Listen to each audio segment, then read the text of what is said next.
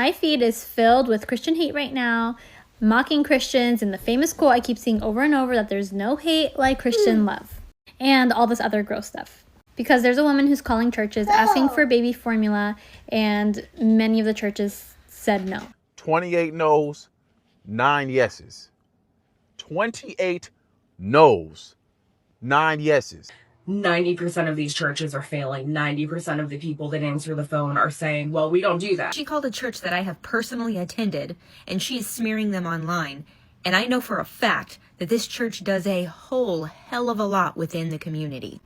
The Mormon church, who has billions of dollars, literally billions with a B, and they were like, well, call one of your churches, call a local church. We don't do that. Call my church, please. Call my church, because I need to know. As someone who attends church regularly and we tithe, I need to see what their response is going to be. And you wonder why people are leaving the church. You wonder why people struggle with their faith. You wonder why people have a faith, but they don't talk about it. They don't share their faith with people. They believe in God, but they don't go to church anymore. You wonder why. Hello and welcome to Unreligiously. My name is Lauren, and today I am so excited to be talking to you guys about Nikalie, who has been going viral on TikTok, Facebook, Instagram, YouTube. Anywhere you watch your videos, Nikalie is breaking new ground with her social experiment. For those of you who don't know, Nikalie is calling churches around the United States and asking them if they can help her feed her starving baby. So I'm calling your church to test to see if they would help feed a starving baby. And right now I'm calling Cathedral of the Rockies in Boise, Idaho. So let's see if they would help feed a starving baby.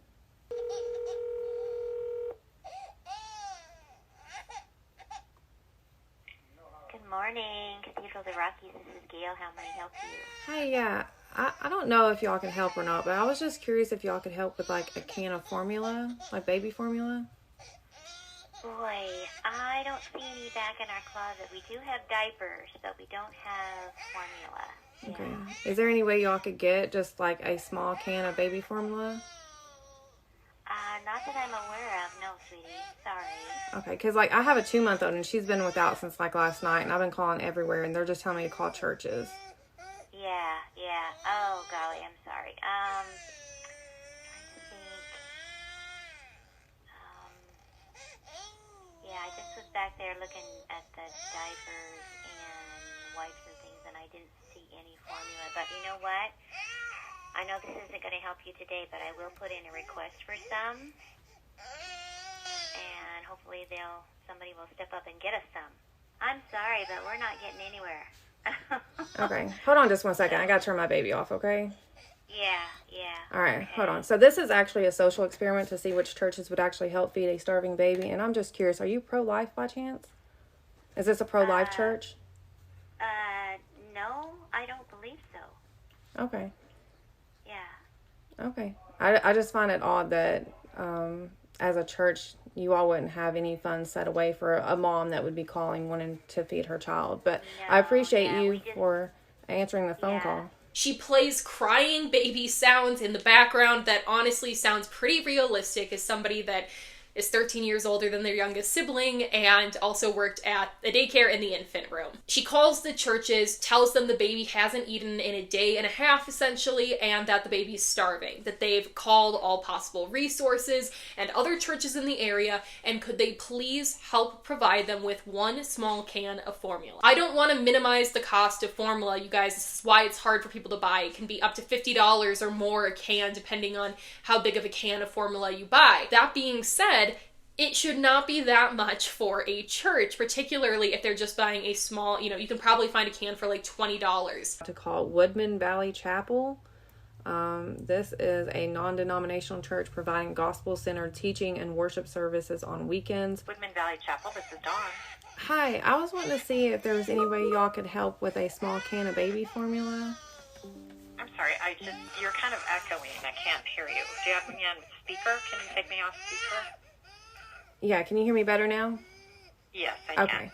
I was wanting to see if there's any way y'all could help with a small can of baby formula. I don't have any. Have you checked with, Crossfire Ministries? Yeah, I have. I've been calling everywhere all day. I have a 2-month-old and she ran out of formula last night. So I'm just trying to see if somebody can get like just a small can. I mean, I can pick it up. I don't have any money. Yeah. Do you, which one of our campuses do you attend? I'm like 10 minutes away from the one that's in Colorado Springs. Well, we have 4 here. So which one of our campuses do you go to? Do you attend one of our campuses? I don't attend, no. I'm just local. Okay. Yeah. I'm just trying to, did you try Mercy's Gate? Yeah, I don't have any way to help you with that. I'm so sorry.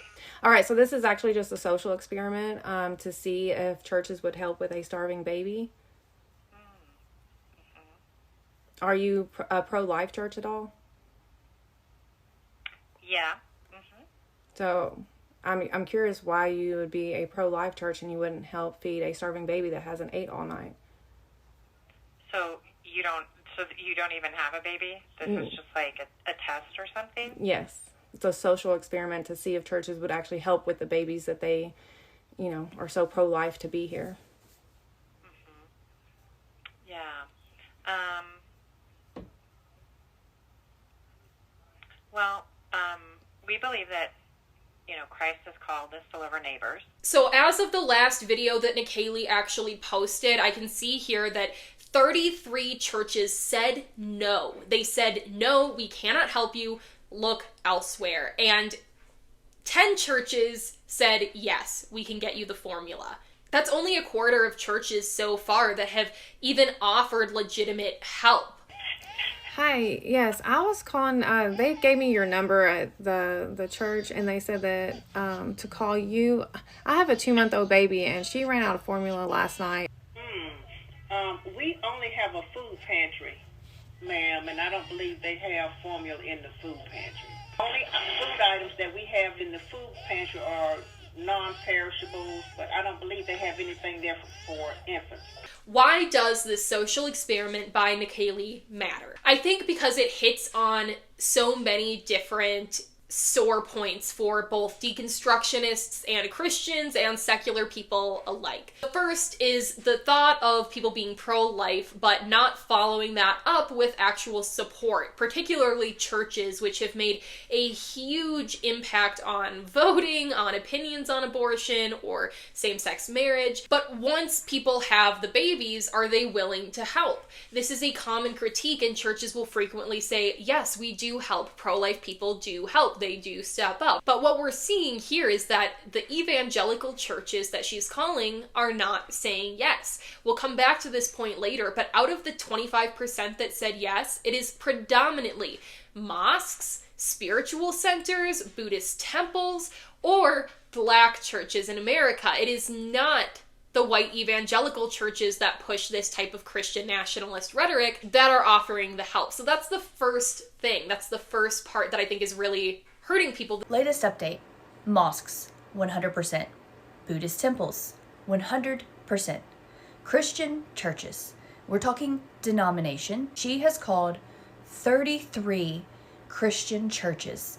How many have said yes and are willing to help a baby, a 2-month-old in need? 9. What's that percentage? 27%.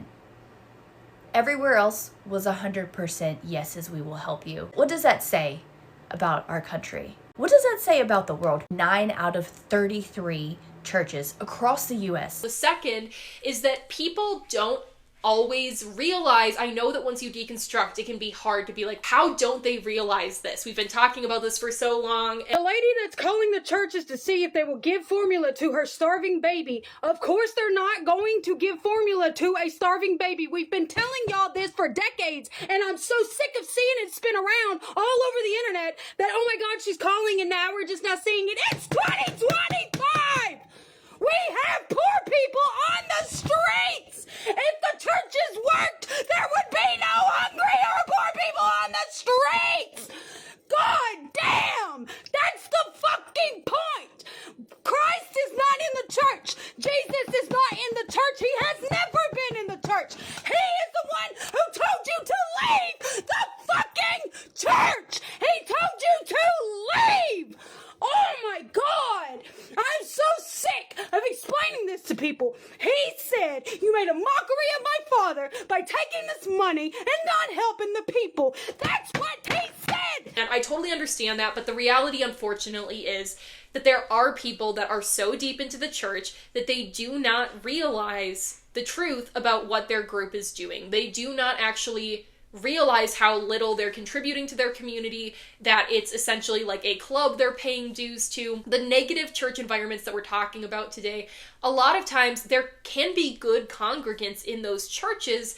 They just don't really realize what is fully happening in the church. This discrepancy between what your church is doing and how you're perceived by the public versus how it's actually perceived and what your church is actually doing with their money, that can be really alarming. There can be a pretty stark contrast between the two. Here's my question. Now that you know your church ain't shit, now that you know your church, the one you go to every Sunday, the one you go to Bible study for on Wednesdays, the one you give 10% of your hard-earned money every paycheck, won't feed a starving baby.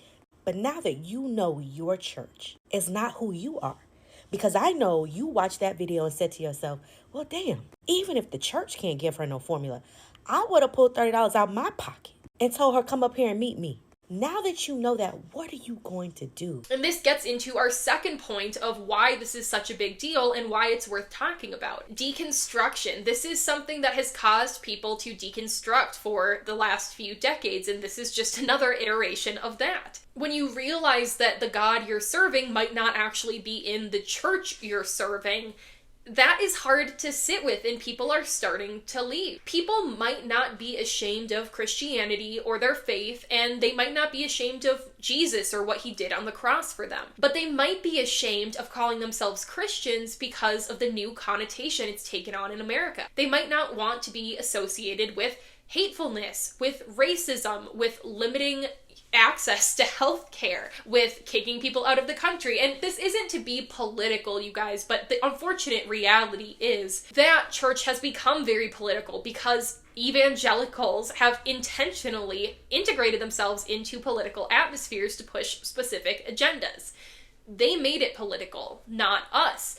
And we do have to respond to it. I hope the church hears us, that we are watching and you are failing. For years, we've heard you talk about how providing food to the hungry, it's not the government's job, it's the church's job. I heard another TikTok creator talk about how this is like the Super Bowl for Christians, but the majority of the churches would not help a mother who was just asking for a little bit of formula with a 2-month-old crying in the background.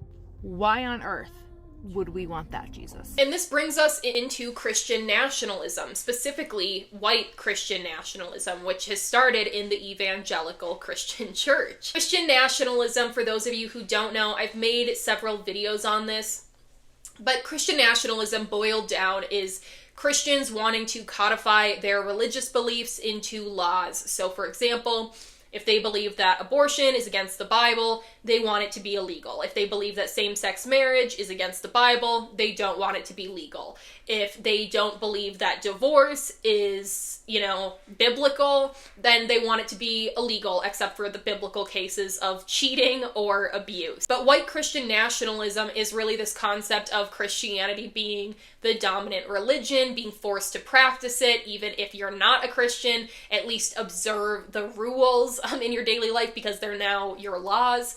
And that's a very scary reality. I really encourage you guys to go watch my other videos on this, and I have shared with you before that I think that even Christians should be afraid of this. You do not want this to happen. This is not the ideal Christian outcome, nor do I believe this is what God would want.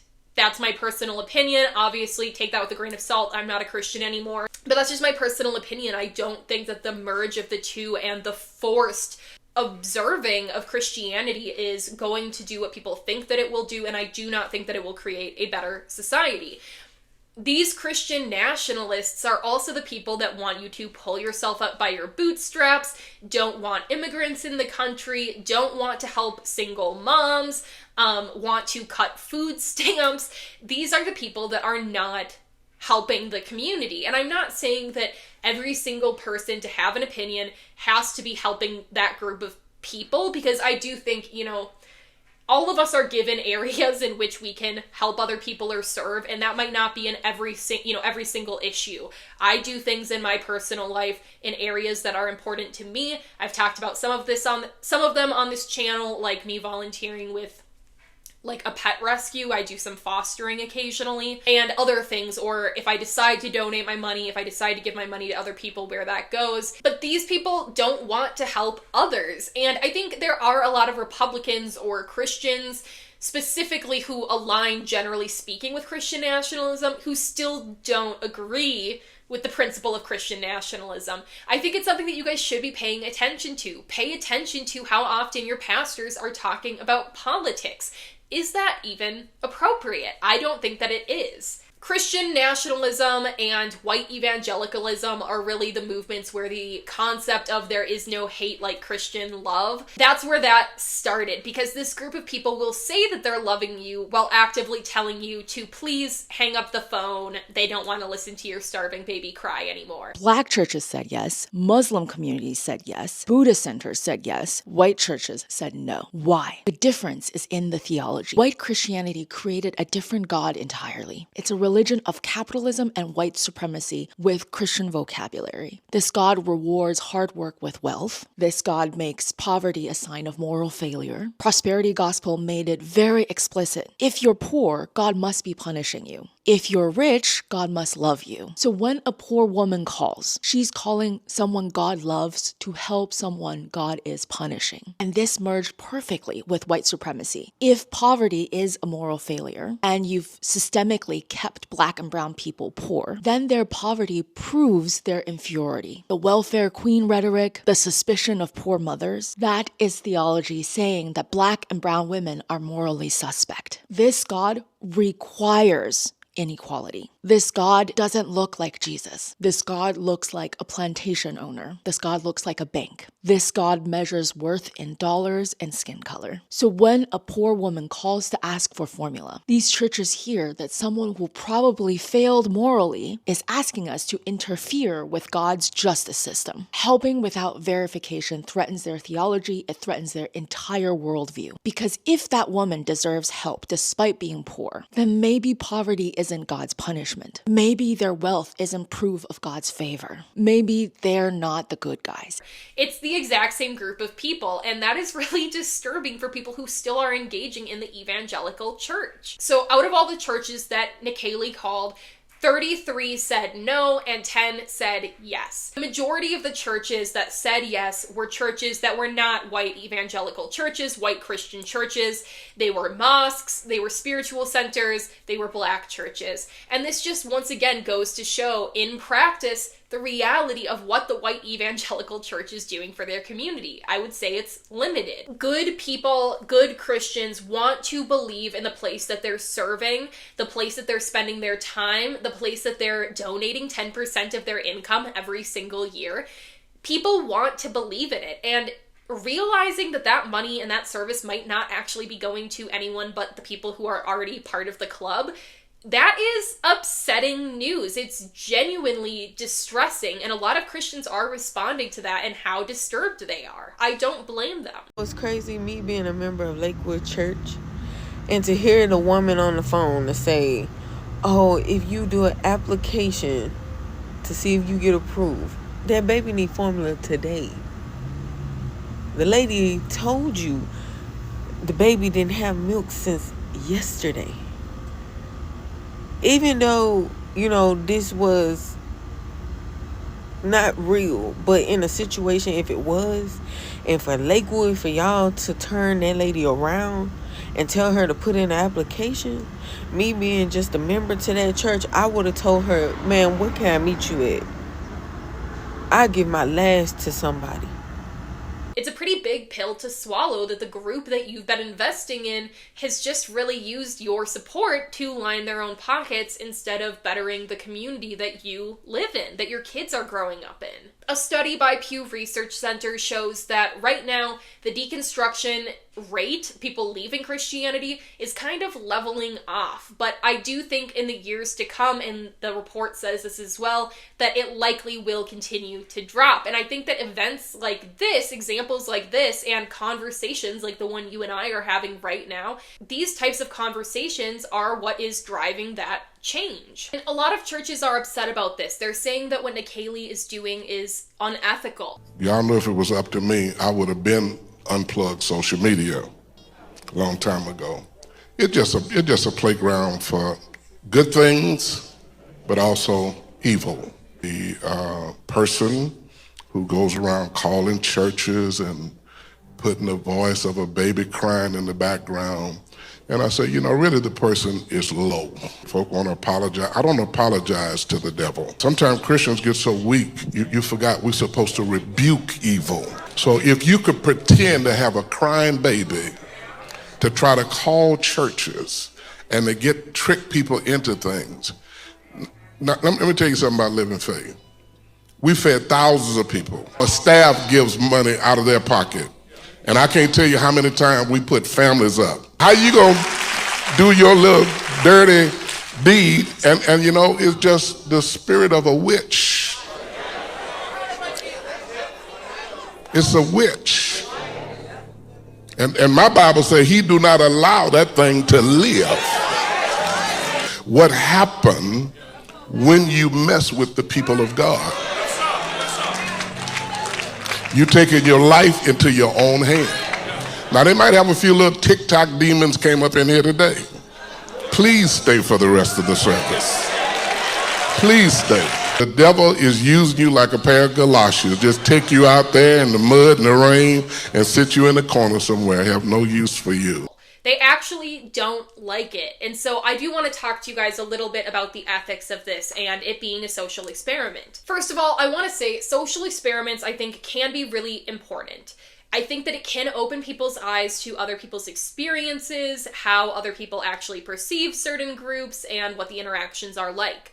Of all the things I thought I would ever see on this app, the deconstruction of Christianity and faith at large was not really one of them. Shout out to that creator doing God's work. Because what do you mean you're saying no, but you guys have your hands out every week? Why would you not pour back into the community that pours into you so consistently?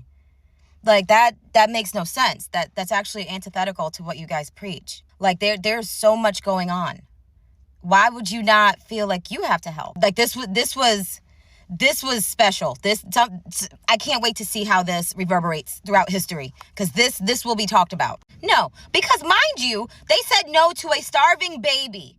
A lot of them did not give a flying fuck. You call me right now? What's the Cash App? Do you need Zelle, Venmo? Do you want me to go get it? Are we going to Costco? No. That's a baby, and you could hear the baby. That's actually insane. I personally engaged in a social experiment back when I was in community college. I did something called PSEO that a lot of homeschoolers do, which is in Minnesota. You can go to college. Basically, if you can test at college level, starting when you're 14, the goal is to graduate with your associate's degree before you graduate high school. And then when you transfer, you only have 2 years of college left to pay for. That's what I did. I started going early on when I was 14. I had a lot of other homeschool friends who were there. And there was a social experiment that was going on. We were getting extra credit for it in our classes, and it was run by the Muslim Student Association. Specifically, the women there they had basically hijabs laid out on a table. They were gorgeous, and they were free. And you walked up to the table, and they would educate you about it. They would teach you how to wrap it and clip it, and then you were supposed to wear it for the rest of the day. You could take it off when you went to bed, and then you would write a paper for one of your classes about it for extra credit, or just do the experience for fun. And the goal was to see, how do people treat Muslim students? And as a young Christian girl, I remember thinking, they're going to be treated exactly the same. People are going to treat me exactly the same. And that was very ignorant. It was very naive.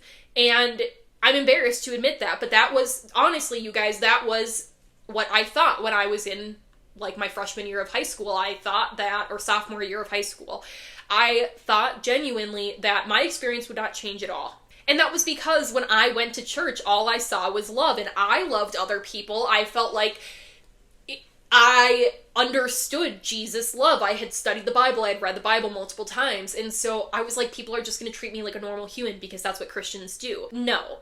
First thing, I ran into my other homeschooled friends and they were appalled that I had participated. They basically took it as me denying my faith. And I was like, this is a social experiment for a class. God knows my heart. But they made a lot of really negative comments to me, and it made me start to wonder, is this because they're calling me out as a fellow Christian, or is this because they're kind of racist, or because they're a little bit xenophobic, or because they don't like other religions? And it made that wheel start turning a little bit. And then I drove to youth group that night from college, and people gave me weird looks on the drive, and that made me wonder, yes, I'm wearing the head covering, but what about people who wear the head coverings who also aren't white? Like, what is their experience like? And it started to make those wheels turn, and I realized I'm uncomfortable driving because people keep giving me nasty looks and driving weirdly more aggressively and treating me poorly. But I was like, okay, I'm gonna go to youth group, my happy place tonight, and, I'm gonna go and be with my friends. And so I did that, and I showed up, and people made weird comments, but ultimately, people knew it was me. It's not like I was a new student at my youth group. And so there wasn't really anything too weird, and so by the end I was feeling a lot better, and I'm like, see, okay, the Christians, it was weird out on the road, but the people at my church are being really nice, even though there were these weird comments. It wasn't that bad. Then my friend's grandma, who I've met before, but I don't think she just quickly recognized me. I was kind of turned around and my friend was facing the window, and they came to pick her up, and they loudly said to the youth leader there so that I could hear it, because they thought that I was just a random student, a new student at the youth group, somebody's friend. And she goes, I didn't realize that I was sending my granddaughter to a multicultural event. And I remember just being so angry. I'm like, this is my friend's loving Christian grandmother who has always been kind to me, always been loving to me, donates to missions, still racist. That comment was hurtful. And what made me even more upset was what if a Muslim student ever did come into our youth group? That's the type of treatment that they would get, and likely worse, because people knew that it was me. That's why I didn't get more negative comments, and that really, really opened my eyes. And so I think social experiments are really important. I would have never on my own, obviously, because I think it would be probably a little bit disrespectful, I would have never gone and just put a head covering on my own and gone out and experienced that. That was presented to me by the Muslim Student Association, and that was an incredible experience. It truly made me question the group that I was with, and it made me realize, hey, we actually don't love everyone.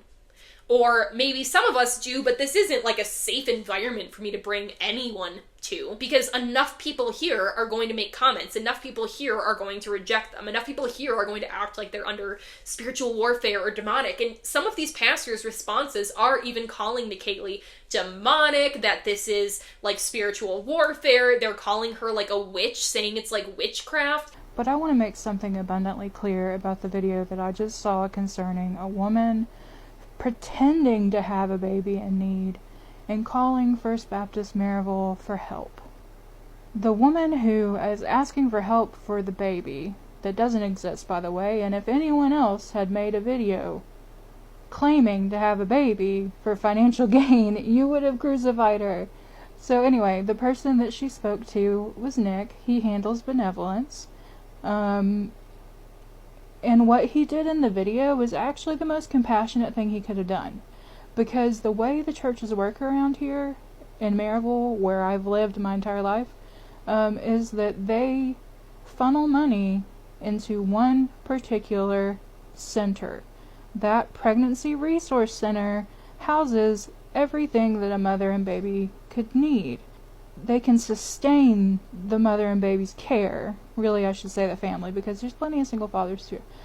But the church in this call was admitting, hey, we don't have the resources that you need, but we do want to help you. We do want to get you connected to resources. And we know that we have a center that does this specifically. So this woman is honestly defaming First Baptist Maryville, and pretending like they didn't offer any help at all, when in reality they offered 2 different avenues for help. What really pisses me off beyond all reason with this video is the fact that if she would have walked into the church, had she actually lived in Maryville and walked into the church, somebody there would have bought her formula out of their own pocket. They're totally tearing her down in a way that I would say is not godly, especially because she's not even adding her own opinions into this. She's just showing what their response is to her calling with the need. Now I'm calling Church in the Wind of Denver in Denver, Colorado. Hello, this is Gary. Hi, I was wanting to see if there's any way y'all could help with a can of formula for a baby. I have a 2-month-old and we've been out since last night, so I've been trying to call everywhere all day and nobody can help. Yeah, we're included in that, not because we want to be, but we've been struggling with a whole bunch of things since the Joe Biden regime took over. Another reason that I don't have an issue with this is that, you know, I have been recorded on calls before, I believe. I've had people try to reach out to me under false pretenses, even for this channel. I've had people reach out and say, hey, you wrote about my group, and I escaped that group too, and so I want to talk to you. But then I look that person up and they're very much still in that group, and I don't know what the, you know, kind of, particularly with cult groups, not just like talking about Christianity, but like cult groups, I don't know if they want to get me in, like try to find a way to get me to do something wrong or get me in trouble or like get me on the phone so that I'll change. I don't know what it is, but I've had people do weird stuff. I've had people screenshot my messages and post them on Reddit before. Do I have an issue with that? No, I don't. I really don't, you guys, because this is my job, right? Like, I'm considering this like my job. The receptionist is doing her job, and people are allowed in my state and in the states that Nikalie is calling to record without my consent. So that is something that I go into every phone call being aware of. I just know that I could be recorded, and it doesn't stress me out because I'm not doing anything that I really care about. Like, obviously I don't want like my mom or my, you know, fiance recording our calls and like publishing my private emotions or something. But as far as like a call from someone in the general public, any of that really could be live. I don't really care. So to me, the only reason that they're upset is that they got caught. If they had offered to help feed the baby, I bet they wouldn't be complaining about the social experiment at all. I'd like to have my own social experiment, if I could, for just a second. If somebody walked in the back door right now asking for a can of baby formula, how many of you would help? Just show by a raise of hands. There's your social experiment. That's your GBC. I will say that there is a low level of a gray area just because I think the hate can be really intense sometimes, but at the same time, if you're a church saying that you're helping the community, then I think you should help the community. It's not Nikalie's responsibility, nor is she inciting the negativity. The Sunday after all of these churches got exposed, after they were like, nope, can't help you, sorry, call another church, sorry, can't help you, we don't do that. Their sermons, that I cried watching these videos. There were pastors who were leading a church, leading a congregation, reading the Bible. They were calling her a witch. They were calling her a demon. They were talking about how social experiments aren't real, and if she came to the church in person, every single one of their parishioners would have helped her. I was upset with the phone calls not offering to help her, but I literally cried. I cried angry and hurt tears watching these pastors stand up on stage talking about how she's a demon, she's a witch, and the one guy was like, if you go to a steakhouse, if you go to Ruth's Chris and you don't have money, you're going to jail. You can't just say I don't have money. She wasn't asking for steak. She was asking for baby formula. One can of baby. Like, you guys are sick. There's also a lot of positivity coming through it. There is a pastor who is being called the nation's papa now, and he is somebody that has received now over $90,000 for his church because he offered to buy the formula. What? This is what we're supposed to do. This is what it tells us. He says, don't look to the praise of men. And we're getting it. Don't look for it. If you told me, that $95,000 would go into my church, a church that we take in about 22 or 3,000 a month, if you told me that $95,000 would flow in 6 or 7 days, I would have said, you're crazy. Both of you dead, I'd be shouting. And the man got the infection right now. I thank God for it, because I love ministry. I've always loved ministry. I'll see the post from the Appalachian man that owns that church. At the bottom it says, this week has been one that is hard to put into words. I have seen God move for our church in a way I would not have believed if I hadn't have had a ringside seat.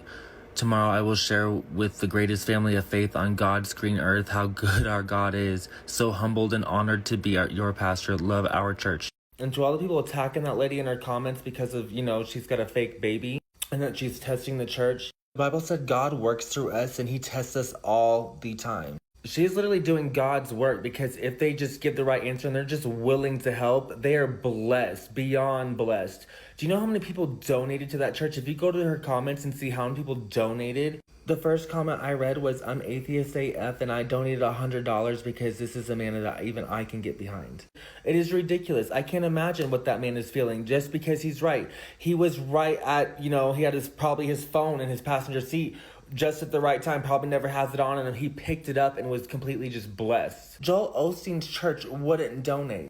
That church has millions of dollars and would have just let a baby starve. He's received that in the last 2 days, and I think that that's really incredible. So it's not just negativity. I think that people are responding to the churches as their emotions are naturally coming up. It's not spiritual warfare. And then also, I do think that if Christian churches, evangelical Christian churches, want to talk about ethics, then they need to start behaving more ethically. They need to start living up to the standards they hold for others. They need to start exposing abuse and eliminating abuse in their churches. They need to start using donations responsibly and wisely and generously, and they need to actually work like a church, function like a church, not a business. There has recently been articles put out, and I think I might make a video on this, but some churches, evangelical churches in America, are actually targeting people based on if they've recently had the death of a loved one to try to target their ads to them, which to me is totally unethical and wrong. You shouldn't be targeting people at a low point in their life to try to get them to join your group and start spending money on you. I think that's wrong.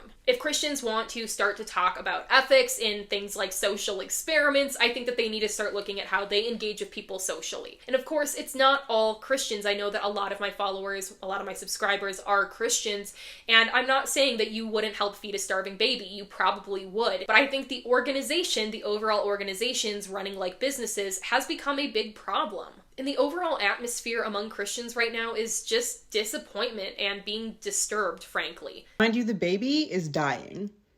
I just Googled it. 3-month-old babies need to feed every 4 to 6 hours. So not only is the baby crying in the background of the phone, it's dying in the background of these phone calls with these churches. The story is that it hasn't eaten since last night. They ran out of formula last night.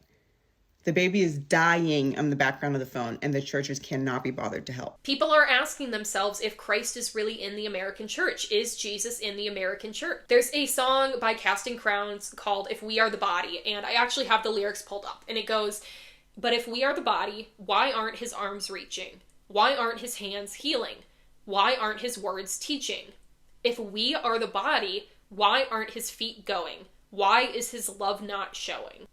This is a song that I don't want to say it started my deconstruction because I was really young when I first heard it, but it pinpointed something that I had felt for a long time but didn't know how to say. I was in elementary school, and I remember just thinking, to myself, why are there people struggling in our church with food insecurity? Why are there people struggling in our church with loneliness? Why are there people struggling in our church with unmet needs, even spiritual needs, that are not being met? Why are pastors talking about politics and not feeding people spiritually from the pulpit? So it's natural that Christians, when they see this kind of behavior, they have to ask themselves, is Christ in the church? are we really the body? Because when mosques and spiritual centers and Buddhist temples are behaving better than you, how can you say that your church has something that they don't? A TikToker just proved what a lot of us already knew. Some churches talk about love, but don't show it. Her name is Nikalie, and she's gone viral for calling 26 Christian churches pretending to be a desperate mom out of baby formula. She even plays a sound of a baby crying in the background, begging for help. You'd think a church would step up, right? Out of 26 calls, 23 said no. Some gave excuses, some hung up, others said, "We don't do that here." Out of all those so-called Christian churches, only 3 offered help. But then she called a mosque. Before she could finish, the man on the line said, "Where are you? What kind of formula do you need? Come here, we'll help you." No hesitation, no judgment, just action. The internet's calling it the real test of faith. The same people many fear or misunderstand were the only ones to actually practice compassion. Meanwhile, the ones preaching love thy neighbor couldn't be bothered. Maybe Nikalie didn't just expose hypocrisy. Maybe she reminded us what humanity. It's hard to be forced into deconstruction and be forced to question these things, especially if you've been clinging to your faith for a really long time. For some people, they've been serving and spending their money at their church for decades and even raised children there. So realizing that they're not who they thought they were,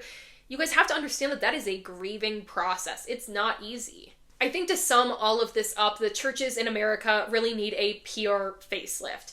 And that starts with them changing their theology. It starts with them stopping trying to codify their own religious beliefs into law. It stops the judgment and it changes things to empathy. It stops calling empathy toxic and it actually starts serving the community that they're a part of. It means that the church needs to actually act like the body of Christ and be his hands and his feet.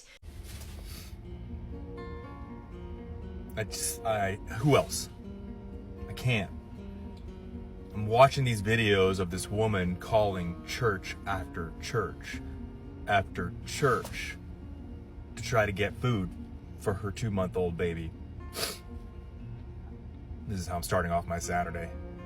Why? What is going on? Yeah, there were a few, but I haven't seen them yet because I've seen other people post about it.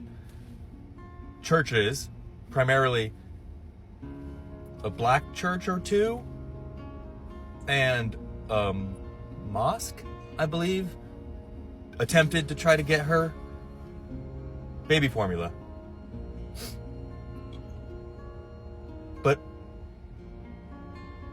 the only ones I've seen are pastors getting on the line saying, "You're going to have to go through our benevolence program and it's only for our members of our church." This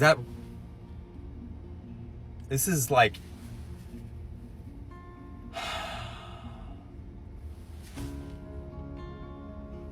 what would your church do? Do you think your church is better than these churches? I don't think so. I think this woman is highlighting that our modern churches are broken, and maybe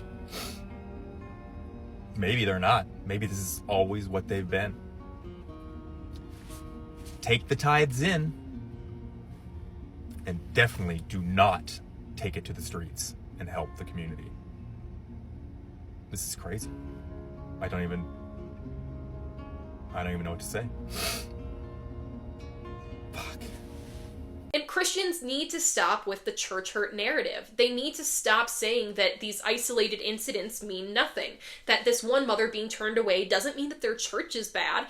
It might not. But if your church can't even help a struggling single mother with 1 can of formula, what is your church doing? What are you claiming to be doing for God? Don't go, please, bandwagon and jump on the shame train. I just think it's worth a conversation. I don't think that we need to go be leaving them reviews or anything like that. That is what I think. And I want to say to my supporters who are Christians, I'm sorry that this is happening right now. I'm sorry if this is opening your eyes, because I know that can be very disturbing. But I do encourage you to not turn away from this controversy and to really look at your church and what you're engaging in. To look at if this religion is doing what you really think that it is. And if it is, I think that's great. When we look at, churches like the nation's Papa's church, I think that's great. They're clearly really serving the community. They're clearly very dedicated, and I think that's beautiful. And so you might be part of a church family that is really great, but I do just encourage you to really be open-minded and ask yourself, because before I did my social experiment with the college that I told you about, I would have never thought that people would have treated me that way. So try to really think it through, because the answer might surprise you. If you guys have made it this far, I just want to say thank you so much for all of your support. I just hit 25,000 subscribers on my channel this month, and I've only been doing this for 6 or 7 months. This has grown so much faster than I ever could have imagined, and I'm so grateful. I've had so much fun making these videos, and I'm never gonna run out of ideas, trust me. If you guys have any ideas for me, feel free to comment it down below. Please like the video if you made it this far. Hit share and copy link. You don't have to send it anywhere, I promise. And please leave a comment below. If you want to say something but you don't know what to say, you can always leave a bird or a dove down below in the comments, because that's my logo. And if you want to support super duper extra, you can always become a channel member to see these videos early before anybody else, and to see videos that nobody else sees. I do have many videos just for members only, talking more personally about my walk, my journey with faith, but it's not always something that I want to share with the general public. So if you want to see that, if you're interested in that, please do become a channel member. Once again, thank you guys so much for watching and for all of your support. It means the world to me, and I'll see you in the next one.